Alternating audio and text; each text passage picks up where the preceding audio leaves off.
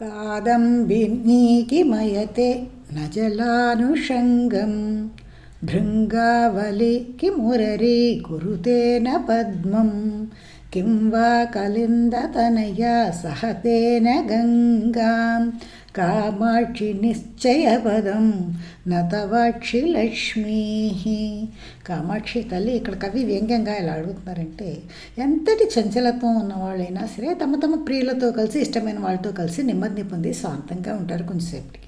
కానీ నీ కటాక్షం మాత్రం అమ్మా చంచలత్వాన్ని వదలటం లేదే, కారణం ఏమై ఉంటుందమ్మా అది అడుగుతున్నారు. కాదండి, మేఘాలు ఉన్నాయి కదా, ఏ మేఘ సమూహం ఏం చేస్తుంది, ఎప్పుడూ వర్షం కురియాలి ఇక్కడ అక్కడ తిరుగుతూనే ఉంటుంది, చంచలంగాని శబ్దాన్ని ఇస్తూనే ఉంటుంది.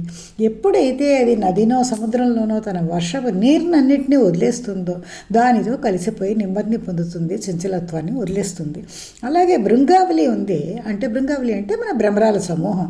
అది పద్మాన్ని చూసి ఒప్పుకోదా ఏమిటి? పద్మాన్ని చూడగానే ఇక్కడ అక్కడ పూలకి కావాలో వద్దో మంచిదో చెడ్డదో ఇక్కడ అక్కడ వాళ్ళతో తిరుగుతూ చివరికి పద్మంలో చేరిపోయి నెమ్మదిని పొందుతుంది కదమ్మా.